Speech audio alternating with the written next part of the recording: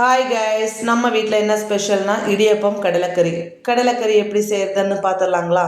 ஒரு குக்கரில் ஊற வச்ச சுண்டல், வெங்காயம், பச்சை மிளகா, உப்பு சேர்த்து 5 விசில் விட்டு எடுத்துக்கலாம். இன்னொரு பக்கம் கடாயில் தேங்காய் எண்ணெய் சேர்த்துக்கலாம். ஆல் ஸ்பைசஸ் போட்டு வெங்காயம், தக்காளி, கருவேப்பிலை சேர்த்து நல்லா வதக்கிடலாம். கூடவே கொஞ்சம் இஞ்சி பூண்டு பேஸ்ட்டு ரெடி பண்ணிக்கலாம். கொஞ்சம் இஞ்சி பூண்டு சோம்பு சேர்த்து நல்லா ஃபைன் பேஸ்ட்டாக அரைச்சி எடுத்துக்கலாம். வெங்காயம் தக்காளி வதங்கினதும் இஞ்சி பூண்டு சேர்த்து நல்லா வதக்கிடலாம். கூடவே மஞ்சள் தூள், மல்லித்தூள், வரமிளகாய் தூள், கரம் மசாலா சேர்த்து நல்லா வதக்கிடலாம். வதங்கினதும் வேக வச்ச சுண்டலை எடுத்து ஊற்றி நல்லா கொதிக்க விட்டுடலாம். கூடவே ஒரு தேங்காய் பேஸ்ட் ரெடி பண்ணிக்கலாம். கொஞ்சம் தேங்காய், சோம்பு, கசகசா சேர்த்து நல்லா ஃபைன் பேஸ்ட்டு அரைச்சி எடுத்து வேக வச்ச சுண்டலையும் சேர்த்து அரைச்சிக்கலாம்.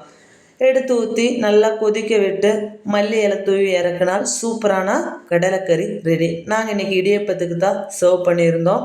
நீங்களும் ஆப்பம் புட்டுக்கு சர்வ் பண்ணி பாருங்கள். பிடிச்சிருந்தா நம்ம சேனலை ஃபாலோ பண்ணிக்கோங்க.